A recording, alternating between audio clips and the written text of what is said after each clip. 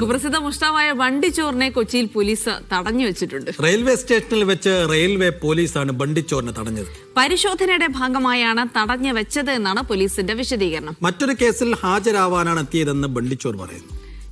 ആര്യ വിനോദ് വിവരങ്ങൾ നൽകും. ആര്യ, ബണ്ടിച്ചോറിനെ തടഞ്ഞു വെച്ചു, അപ്പോൾ കേസുമായി ബന്ധപ്പെട്ടൊന്നും അല്ല, പിന്നെ എന്താണ് സംഭവിച്ചത്? ജേഴ്സി വെരിഫിക്കേഷന്റെ ഭാഗമായാണ് ഇപ്പോൾ റെയിൽവേ പോലീസ് തടഞ്ഞു വെച്ചിരിക്കുന്നത്. പുതിയ കേസുകളൊന്നും തന്നെ ഇല്ല.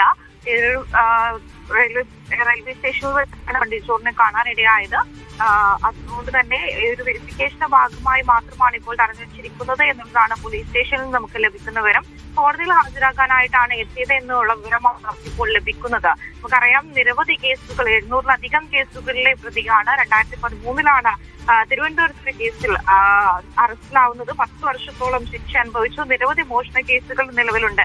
ഇതൊക്കെ നിർത്തുന്നു എന്നുള്ള ഒരു വാർത്ത കൂടെ ശീലം നിർത്തുകയാണ് എന്നൊക്കെ പറഞ്ഞുകൊണ്ടാണ് ബണ്ടിച്ചോർ കേരളം വിടുന്നത്. എന്നാൽ വീണ്ടും ഡൽഹി പോലീസ് കഴിഞ്ഞ വർഷമാണ് യുപിയിൽ നിന്നും ഇദ്ദേഹത്തെ മോഷണ കേസിൽ തന്നെ പിടികൂടുകയുണ്ടായത്. ഇപ്പോൾ വെരിഫിക്കേഷന്റെ ഭാഗമായിട്ടാണ് ഇപ്പോൾ ഇവിടെ റെയിൽവേ പോലീസ് തടഞ്ഞു വെച്ചിരിക്കുന്നത്.